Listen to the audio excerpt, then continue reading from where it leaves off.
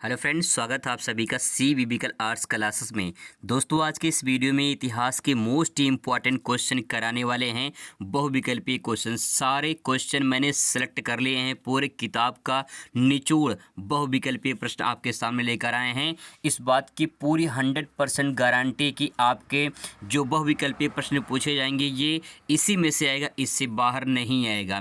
क्योंकि एक्सपीरियंस के आधार पर मैं बोल रहा हूँ कि क्वेश्चन किस प्रकार से पेपर में आते हैं, क्वेश्चन किस प्रकार से रिपीट किए जाते हैं। तो अगर आप ये वीडियो देख लेते हैं तो इस बात की पूरी गारंटी कि आपका जो बहुविकल्पीय प्रश्न है वो पूरा इसी वीडियो में कंफर्म हो जाएगा। चलिए शुरुआत करते हैं। सबसे मोस्ट इम्पॉर्टेंट क्वेश्चन यहाँ पे कवर करेंगे। सबसे पहला क्वेश्चन आपके सामने यहाँ पे देख लीजिए। सबसे पहला क्वेश्चन है, भारतीय पुरातत्व का जनक किसे कहा जाता है? भारतीय पुरातत्व का जनक किसे कहा जाता है? अगर ये सवाल आता है तो आप इसका आंसर देंगे अलेक्जेंडर कनिंघम। अलेक्जेंडर कनिंघम को जो है भारतीय पुरातत्व का जनक कहा जाता है। इसके बाद दोस्तों क्वेश्चन नंबर दूसरा देखते हैं। क्वेश्चन दूसरा देखिए, हड़प्पा संस्कृति के किस स्थल से जुते हुए खेत के साक्ष्य प्राप्त हुए हैं?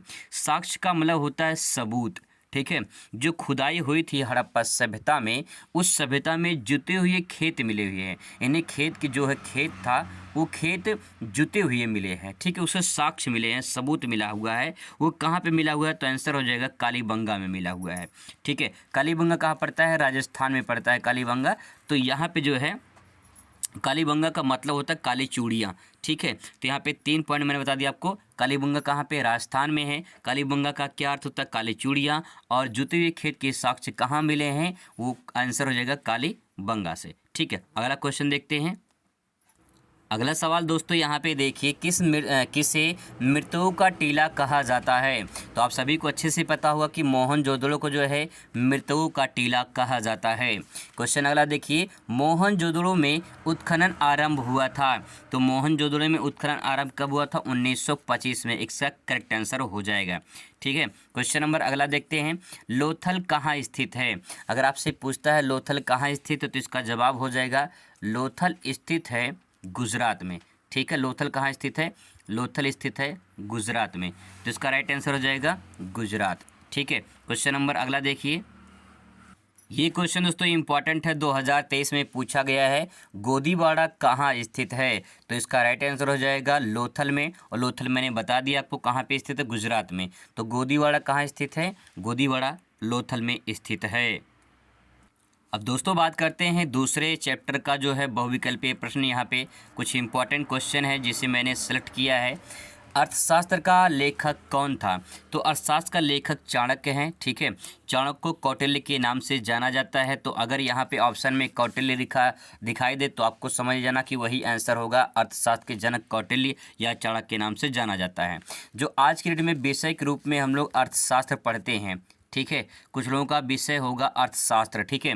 अर्थशास्त्र जो है इस प्रेजेंट टाइम में आधुनिक अर्थशास्त्र के जनक एडम स्मिथ को कहा जाता है। एडम स्मिथ को कहा जाता है। तो यहाँ पे एक पॉइंट और ध्यान में रखेंगे, जो आधुनिक अर्थशास्त्र है, जो इकोनॉमिक्स के नाम से जाना जाता है, जो हम लोग इस टाइम पे विषय के रूप में पढ़ते हैं, वो एडम स्मिथ ने लिखा है, ठीक है। और जो अर्थशास्त्र जो वो पुराना वाला है जिसमें जो है चाणक्य से संबंधित है, तो चाणक्य ने लिखा है, जिसे कौटिल्य के नाम से जाना जाता है। क्वेश्चन नंबर अगला देखते हैं। क्वेश्चन अगला है, इंडिका के लेखक थे। तो इंडिका के लेखक थे मेगास्थनीज, जो है इसका करेक्ट आंसर हो जाएगा मेगास्थनीज। इंपॉर्टेंट है, ये सारे क्वेश्चन इंपॉर्टेंट है, पूछे गए हैं, बार बार रिपीट होते हैं, इन्हें आप जरूर एक बार तैयार कर लें। क्वेश्चन नंबर 9 देखिए यहाँ पे, मेगास्थनीज जो चंद्रगुप्त मौर्य के दरबार में आया था तो क्या था? क्या था वो? इतिहासकार था, ठीक है। क्या था वो? इतिहासकार था। क्वेश्चन नंबर अगला देखिए। क्वेश्चन नंबर 10, समुद्रगुप्त की प्रयाग प्रशस्ति यानी इलाहाबाद स्तंभ लेख की रचना किसने की थी? तो इसका राइट आंसर हो जाएगा हरिश्चंद्र ने की है, ठीक है। ध्यान रखेंगे, क्वेश्चन इंपॉर्टेंट है, अथवा करके भी क्वेश्चन पूछा गया है यहाँ पे कि प्रयाग प्रशस्ति की रचना किसने की थी। तो जवाब इसका हो जाएगा वह जो है हरिश्चंद्र ने। और यहाँ पे देखिए आगे आपको दिखाई देगा क्वेश्चन यहाँ पे कि प्रयाग प्रशस्ति की रचना किसने की थी, तो इसका जवाब हो जाएगा हरिश्चंद्र ने की है, ठीक है। क्वेश्चन नंबर अगला देखते हैं। क्वेश्चन नंबर दोस्तों 12 यहाँ पे देखिए, अशोक के अधिकांश अभिलेख किस भाषा में लिखे गए हैं। इंपॉर्टेंट है, इसको हाईलाइट कर लीजिए, ठीक है। अशोक के जो अधिकांश अभिलेख है वो किस भाषा में लिखे गए हैं, तो प्राकृत भाषा में लिखा गया है। ये इंपॉर्टेंट है, पूछा गया है एग्जाम में। अगला क्वेश्चन दोस्तों यहाँ पे है, हर्षचरित की रचना की थी। हर्षचरित की रचना किस चीज़ की रचना की थी, तो उसमें जो है यहाँ पे बाणभट्ट हो जाएगा। हर्षचरित की रचना जो है बाणभट्ट ने की थी, ठीक है। क्वेश्चन नंबर अगला देखते हैं, अशोक के सारनाथ स्तंभ में कितने शेर बनाए गए हैं।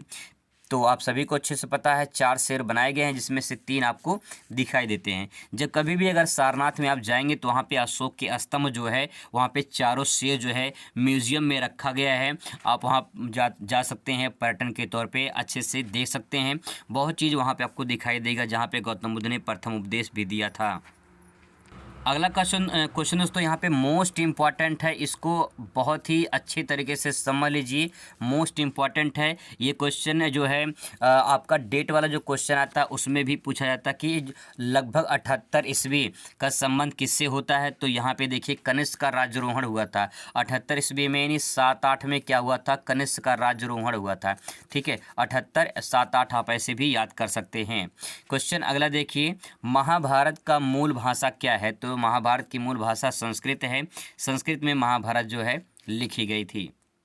चैप्टर तीसरे से इंपॉर्टेंट क्वेश्चन में देखिए, पहला क्वेश्चन, महाभारत के रचयिता सभी को पता होगा, महाभारत के रचयिता व्यास हैं। और इसके बाद अगला सवाल यहाँ पे है, रज़्मनामा युद्धों की किताब फ़ारसी अनुवाद है। तो ये महाभारत की जो है रज़्मनामा युद्धों की किताब फ़ारसी अनुवाद है। तो ये जो है महाभारत की अनुवाद किया गया है फ़ारसी में। क्वेश्चन अगला देखते हैं, इस क्वेश्चन का आंसर सभी को पता होगा कि रामायण के रचयिता कौन है, वाल्मीकि इसका करेक्ट आंसर हो जाएगा। दोस्तों कुछ पल के लिए आप रुक जाइए, आपको पूरा किताब का निचोड़ इंपॉर्टेंट क्वेश्चन करवा देंगे, गारंटी इस बात की कि इसी में से आपका आएगा।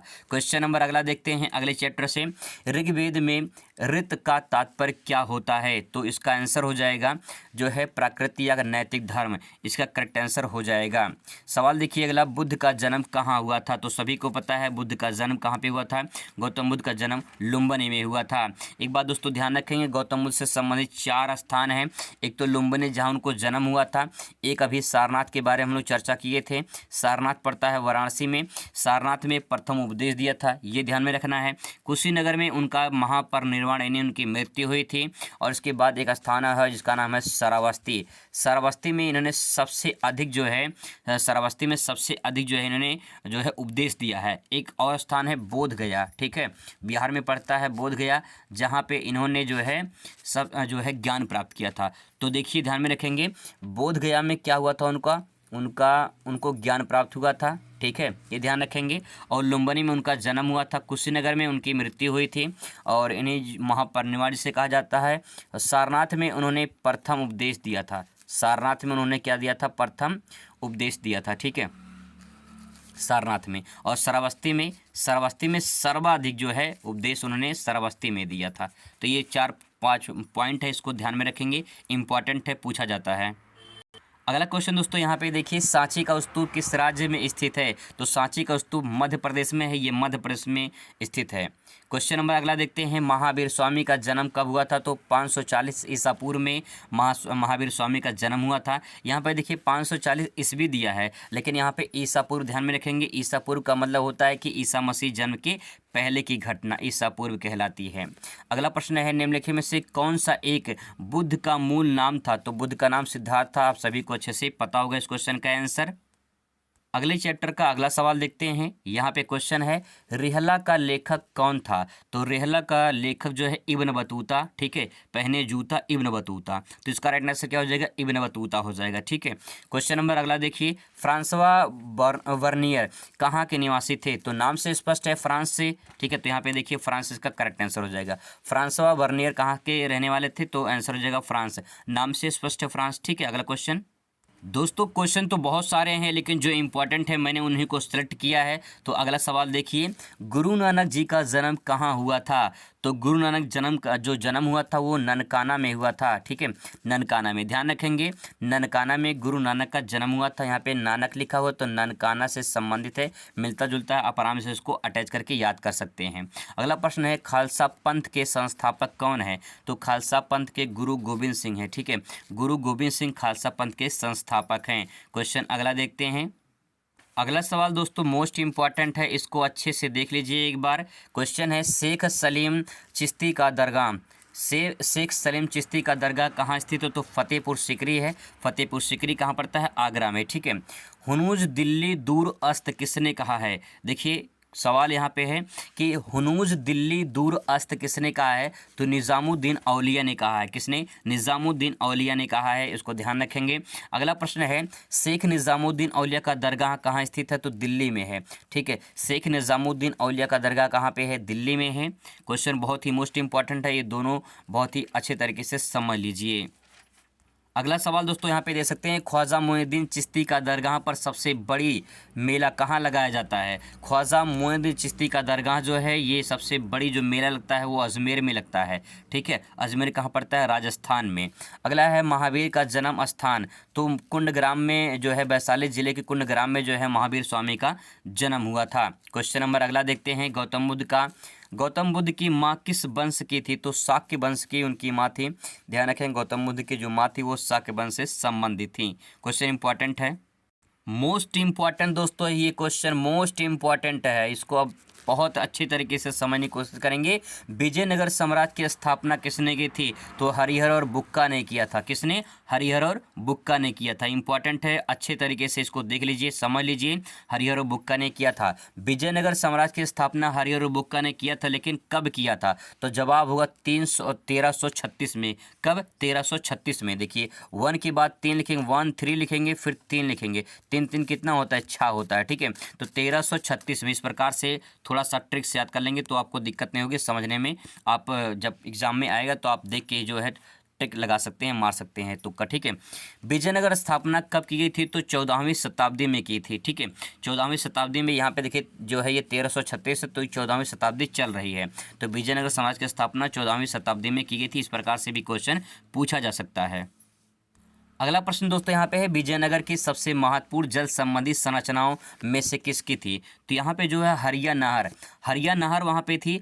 विजयनगर साम्राज्य में हरिया नहर से जो है जल जो आपूर्ति थी वो की जाती थी हरिया नहर से, ना कि किसी नदी से। तो ध्यान में रखेंगे, नहर का नाम है, ना किसी नदी का नाम है। ठीक है, तो राइट आंसर क्या हो जाएगा? हरिया नहर हो जाएगा। जैन धर्म के 24वें तीर्थंकर कौन थे? तो महावीर स्वामी जो है 24वें तीर्थंकर थे। क्वेश्चन ध्यान से अच्छे से देख लीजिए। अगले चैप्टर का अगला सवाल दोस्तों यहाँ पे देखिए, बाबरनामा के रचयिता कौन था? तो बाबरनामा के रचयिता बाबर ही होगा। तो यहाँ पे बाबर से संबंधित हो तो बाबर जो है इसका करेक्ट आंसर हो जाएगा। अगला सवाल है, कौन सी फसल नकदी फसल जिनसे कामीन कहलाती है? तो यहाँ पे देखिए कौन सी फसल जो है वो जिनसे कामीन कहलाती है या नकदी फसल के नाम से जानी जाती है? तो कपास जो होता है वो नकदी फसल के नाम से जाना जाता है। बाकी गेहूँ, चना, जौ ये सब खाद्यान्न फसल के नाम से जाने जाते हैं। और ये नकदी फसल में जिसका होता है व्यवसाय, जिसका व्यापार किया जाता है। ठीक है, व्यापार के पर्पज से किया जाता है। तो यह नकदी फसल जो उसमें कपास इसका राइट आंसर हो जाएगा। अगला प्रश्न दोस्तों यहाँ पे है, गांव की पंचायत के मुखिया कहलाता था। ठीक है, कहलाता था, ध्यान रखें, कहलाता था की बात है। तो यहाँ पे जो है मुकदम हो जाएगा, मुकदम या मंडल जो है इसका करेक्ट आंसर हो जाएगा कि गांव का पंचायत का मुखिया पहले कौन कहलाता था? मुकदम या मंडल के नाम से जाना जाता था। अगला प्रश्न है, खुद कास्त तथा पाही कास्त कौन थे? खुद कास्त या फिर जो है पाही कास्त कौन थे? किसान कहलाते थे। ठीक है, कास्त यानी किसान। ठीक है, दोनों से अच्छे से समझ लेंगे। अगले चैप्टर का अगला सवाल दोस्तों यहाँ पे देखिए, बंगाल में इस्तमरारी बंदोबस्त, इसे अस्थाई बंदोबस्त के नाम से जाना जाता है, प्रारंभ किया गया था किसके शासनकाल में? तो कॉर्नवालिस के शासनकाल में अस्थाई बंदोबस्त की व्यवस्था की गई थी। अस्थाई बंदोबस्त में जिसमें जो है जैसे मान लो किसान होते थे, किसान जो है अपने ज़मीन का कुछ अनाज जो है जो उत्पादन करते थे, कुछ अनाज जो है अंग्रेज़ों को देते थे, अस्थाई बंदोबस्त के नाम से जाना जाता था। तो कॉर्नवालिस के शासनकाल में हुआ था। ठीक है, अगला प्रश्न है बहुत ही मोस्ट इंपॉर्टेंट है, ये इंपॉर्टेंट है, पूछा गया है। सहायक संधि का संबंध किससे है? तो सहायक संधि का संबंध जो है वो बेलंजली से है। किससे है? बेलंजली से। बहुत ही मोस्ट इंपॉर्टेंट है, क्वेश्चन पूछा गया है बेलंजली से, इसको ध्यान में रखेंगे। दोस्तों अगला प्रश्न देखिए आपके सामने आ चुका है, इलाहाबाद की संधि कब संपन्न हुआ था? तो इलाहाबाद की संधि जो संपन्न हुआ था वो 1765 में संपन्न हुआ था। संपन्न हुआ था कब? 1765 में। ठीक है, डेट ध्यान में रखेंगे, इतिहास में डेट ही होता है और कुछ नहीं होता है। डेट अगर आपको पता है तो सब कुछ आपको जो है पता रहेगा। भारत का पहला वायसराय कौन था? भारत का पहला वायसराय कौन था? तो लॉर्ड कॉर्नवालिस जो है भारत का पहला वायसराय था। ठीक है, जैसे आज की डेट में जो है एक तरह से एक ज़िले का डीएम होता है, ज़िले का संचालन करता है, वैसे उस टाइम पे वायसराय होते थे, वो पूरे राज्य का या फिर पूरे ज़िले का जो है देख रेख करते थे। जैसे आपने जलियांवाला बाग हत्याकांड का नाम सुना होगा, तो उस टाइम पे गवर्नर था, यानी जो जनरल वायसराय था वो कौन था? वो डायर था, जनरल डायर था। ठीक है, तो इस प्रकार से जो है अमृतसर का वो देख रेख करता था। ऐसे ही यहाँ पे जो भारत का पहला वायसराय था उसे कहा जाता है कॉर्नवालिस, लॉर्ड कॉर्नवालिस। अगला प्रश्न है, बुकानन कौन था? बुकानन कौन था? तो एक ब्रिटिश एजेंट था। बुकानन क्या था? एक ब्रिटिश एजेंट के नाम से जाना जाता है बुकानन।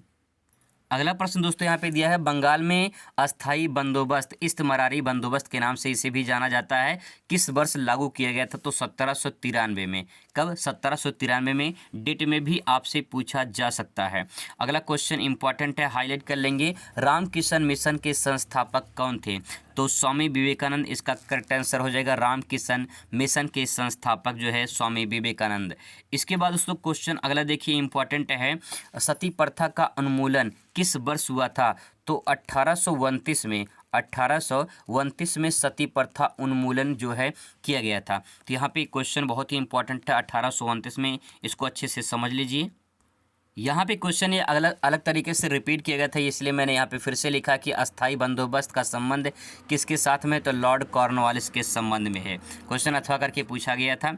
अगला प्रश्न है, बंगाल विभाजन से किसका संबंध है? तो लॉर्ड कर्जन के समय जो है बंगाल विभाजन हुआ था। तो आप यहाँ पे ध्यान में रखेंगे, जो बंगाल विभाजन हुआ था 1905 में बंगाल विभाजन हुआ था, लॉर्ड कर्जन के समय हुआ था। अगला प्रश्न है, व्यापगत नीति, ठीक है, व्यापगत नीति यानी राज्य अपहरण नीति का संबंध किससे है? तो इसमें राइट आंसर हो जाएगा डलहौजी से। क्वेश्चन ये भी इंपॉर्टेंट है, पूछा गया है 2020 में, 2023 में भी क्वेश्चन पूछा गया है कि व्यापगत नीति या राज्य अपहरण नीति का संबंध किससे है? डलहौजी से है, इसमें करेक्ट आंसर हो जाएगा। अगला प्रश्न दोस्तों यहाँ पे देखिए, सन 1857 में विद्रोह का प्रारंभ किस तारीख को किया गया था? तो 10 मई को किया गया था। 10 मई 1857, 10 मई 1857 मेरठ से जो है इसकी शुरुआत की गई थी। अब यहाँ पे देखिए क्वेश्चन दिया कि मेरठ छावनी में सिपाहियों का विद्रोह कब किया था? 10 मई 1857 को जो है मेरठ से प्रथम स्वतंत्रता संग्राम की शुरुआत हुई थी। अगला प्रश्न दोस्तों यहाँ पे है, सती प्रथा को अवैध घोषित करने वाला कानून बना था। तो कब बना था? 1829 में बना था। ठीक है, इसको हम लोग देख चुके हैं। फिरंगी शब्द का जिस भाषा का है वह किस भाषा का है? तो अरबी भाषा। ये फिरंगी जो शब्द है अंग्रेजों के लिए इस्तेमाल किया जाने वाला शब्द फिरंगी शब्द, यहाँ पे अरबी भाषा का शब्द है, इसे फिरंगी के नाम से जाना जाता है। क्वेश्चन अगला देखिए, यहाँ पे क्वेश्चन पूछ रहा है कि लखनऊ में सन 1857 की क्रांति का नेतृत्व कौन कर रहा था? तो बेगम हजरत महल। लखनऊ में बेगम हजरत महल भी है, तो ध्यान रखेंगे 1857 में जब क्रांति हुई थी अलग अलग शहरों में अलग अलग लोगों ने किया था, तो बेगम हजरत महल जो है इसका करेक्ट आंसर हो जाएगा। अगला चैप्टर दोस्तों यहाँ पे देखिए, क्वेश्चन बहुत ही मोस्ट इम्पॉर्टेंट मैंने सेलेक्ट किया है। भारतीय राष्ट्रीय कांग्रेस की स्थापना कब की गई थी? तो 1885 में। भारतीय राष्ट्रीय कांग्रेस की स्थापना कब की थी? 1885 में मुंबई से की गई थी। इस मतलब पहली स्थापना जो है शुरुआत इसकी हुई थी मुंबई से हुई थी और 1885 में हुई थी। अगला है कि जलियांवाला बाग हत्याकांड कब हुआ था? तो 1919 में, 13 अप्रैल 1913, आचार मतलब 4, 13 आचार 1919 में। ठीक है, ध्यान रखेंगे जलियांवाला बाग हत्याकांड अमृतसर में हुआ था। अगला प्रश्न देखिए यहाँ पे, महात्मा गांधी ने असहयोग आंदोलन कब आरंभ किया गया था? तो 1920 में किया था। और 1921 जो है 1921 आते आते असहयोग आंदोलन और खिलाफत आंदोलन दोनों पूरी तरह से जो है एक साथ चल रहा था, असहयोग आंदोलन और खिलाफत आंदोलन। तो इसमें राइट आंसर 1920 हो जाएगा, खिलाफत असहयोग आंदोलन। इसके बाद दोस्तों यहाँ पे देखिए पूरा डेट पूछा कि अमृतसर में जलियांवाला बाग हत्याकांड हुआ था 13 अप्रैल 1919 को हुआ था। क्वेश्चन अगला देखिए, गांधी जी ने नमक यात्रा यानी दांडी मार्च के जिसे नाम से जाना जाता है, ये 1930 में जो है इसकी शुरुआत की गई थी। मार्च 1930 में दांडी जो है मार्च जो है वो निकाली गई थी गांधी जी के द्वारा। अगला प्रश्न है यहाँ पे, क्रिप्स मिशन भारत कब आया था? तो क्रिप्स मिशन जो आया था भारत में 1942 में आया था। भारत छोड़ो आंदोलन कब प्रारंभ हुआ था? अगस्त 1942 में। 8 अगस्त 1942 को भारत छोड़ो आंदोलन की शुरुआत की गई थी। साइमन कमीशन भारत कब आया था? तो 1928 में जो है साइमन कमीशन भारत आया था। इसे साइमन गो बैक के नारे भी लगाए गए थे। अगला प्रश्न यहाँ पे दिया गया है, माई एक्सपेरिमेंट विथ टूथ का लेखक कौन थे? तो यहाँ पे माई एक्सपेरिमेंट विथ टूथ लेखक महात्मा गांधी इसमें करेक्ट आंसर हो जाएगा। अगला है, भारतीय राष्ट्रीय कांग्रेस की स्थापना कहाँ की थी? तो बम्बई से। मैंने आपको बताया था कि जो 1885 में इसकी स्थापना की थी, शुरुआत कहाँ से? बम्बई से हुई थी। यहाँ पे देखिए कहा गया है कि भारत में जो है प्रथम राष्ट्रीय कांग्रेस के अधिवेशन बैठक कहाँ पे हुई थी? बम्बई में हुई थी। ठीक है, ये तीनों प्रश्न जो है अथवा करके पूछा गया था, इसे मैंने यहाँ पे अलग अलग तरीके से लिखा है।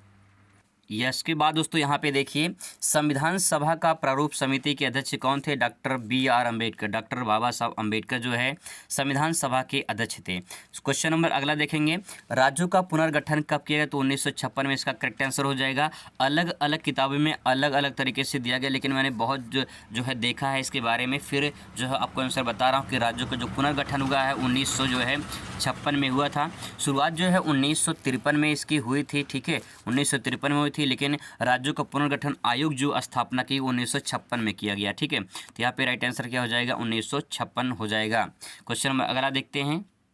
अगला क्वेश्चन दोस्तों यहाँ पे दिया है, द डिस्कवरी ऑफ इंडिया के लेखक पंडित जवाहरलाल नेहरू हैं। इंपॉर्टेंट है, एक पुस्तक का लेखक का नाम पूछा जाता है। विश्व इतिहास की झलक के लेखक कौन है? तो इसका राइट आंसर हो जाएगा पंडित जवाहरलाल नेहरू। विश्व इतिहास की झलक, द डिस्कवरी ऑफ इंडिया, ये दोनों के जो है लेखक कौन है? पंडित जवाहरलाल नेहरू हैं। ठीक है, इसको अच्छे से आप देख लीजिए। क्वेश्चन अगला देखिए, क्वेश्चन पूछ रहा है कि भारतीय संविधान कौन सा भाग संविधान की आत्मा कहलाता है?